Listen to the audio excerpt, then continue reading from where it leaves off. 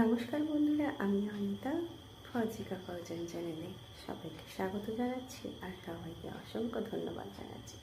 যারা যারা আমার সাবস্ক্রাইবার তারা নিশ্চয়ই জানো যে আমি কর্মসূত্রে হাজব্যান্ডের অন্য জায়গায় থাকি। তো বন্ধুরা, আজকে সেই অন্য জায়গা থেকে আমি একটা হাটে গিয়েছিলাম, তো হাট থেকে কী কিনে নিয়েছি সেটাই তোমাদের থেকে দেখিয়ে দেখো। তো সবাই চিনতে পারো কিনা এই সবজিগুলোকে। পাকা আম কিনেছি প্রায় 2 কেজির মতো, সঙ্গে কলা আছে।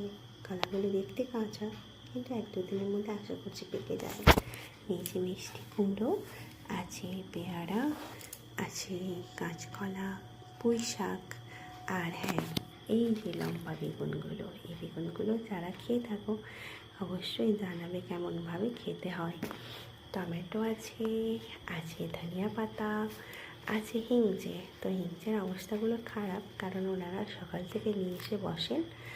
আর সঙ্গে লাল শাক কিনেছি, আছে ঢ্যাঁড়স, আছে পটল, আদা, শসা, রাঙালু আছে, আলু, কাঁকরোল, হ্যাঁ ওই যে মসুর ডাল ওটাও কিনেছি, ঝিঙে আছে, আর আছে শুকনো ডাঁটা।